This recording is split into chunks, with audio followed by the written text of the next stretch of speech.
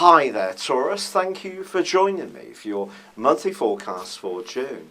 Mercury, the planet of communication, which has been in your sign for an extended stay, is going to be with you for an extra 2 weeks. If around your ideas some things have been moving forwards, then being checked, and then you've had to modify, this has probably been to do with the retrograde. But for the first 2 weeks of this month, you can see progress and things can gain traction. You can be particularly orientated towards those things that give you a tangible return, perhaps even a financial one. If you are looking for an improvement in your finances, there is one particularly outstanding aspect this month, which sees the Sun combining with Venus, your ruler, through to the 17th. Now, when these two get together, it gives us a fantastic appreciation of the good things in life. And because this is something that you naturally have an awareness to, you may find yourself wanting to spend just that little bit more time on your food and drink and making sure that whatever you're quaffing really does meet the highest of your expectations. This can also be a seriously sensual combination. So on the face of it, it sounds like up until the 17th, you're going to be enjoying some calorific goodies and maybe even some very sensual romantic moments too. Is there a catch? Well, there is always a counterbalance in astrology. And what's been going on for the last 5 years is that we've had a big argument in the heavens between cardinal energy. Cardinal planets are about leadership. Now, you're a fixed sign, so you like things to be pretty settled and stable so you can work towards sustained long-term goals. But the emphasis is now changing, and it really has been shaping up for a couple of months, but takes hold in a big way this month, around mutable energy, flexible energy. And this is coming in part due to a T-square that involved Jupiter, Neptune and Saturn, which has been building up for some while. But that's going to be joined in by a new moon on the 5th of this month, and also the Sun and Venus.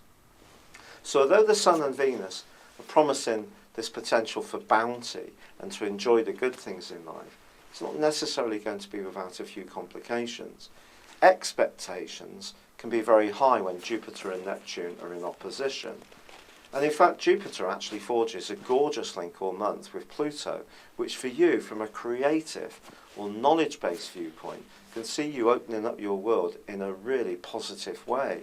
It could also have implications for your love life too, especially if you can be very open-minded about the type of person you can get involved with. But when it comes to splashing the cash, the real planet to watch out for is Saturn, because Saturn challenges both the Sun and Venus and that new moon in the first week of this month. And it's basically saying to you, in what's known as a grand mutable cross, it's saying to you as it feeds into Jupiter and Neptune too, to not get too carried away with spending or consuming whatever it is that you're really attracted to. Try to stay a little bit more grounded. But also you're being challenged to be a little bit more fluid in the way you approach things.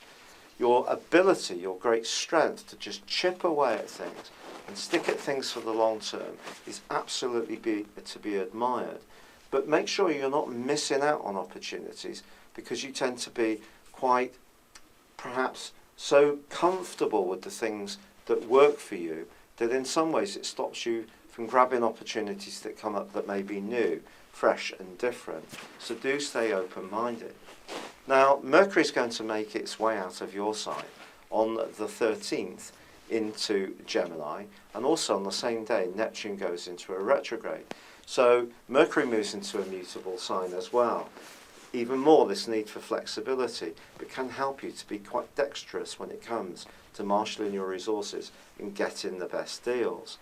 But the last third of this month is going to be much quicker moving and much more to do with communication. And there can be opportunities to be much more playful, to travel, to be more active. The other thing that's important to understand, however, this month is the role of Mars. Mars is the power planet, it is the planet of ego, and it's the planet of instant gratification. And for you, through to the 29th of this month, it is in retrograde in your sector of relating, in the sign of Scorpio. Of course, it had been in Sagittarius, but it's wound backwards, back into Scorpio.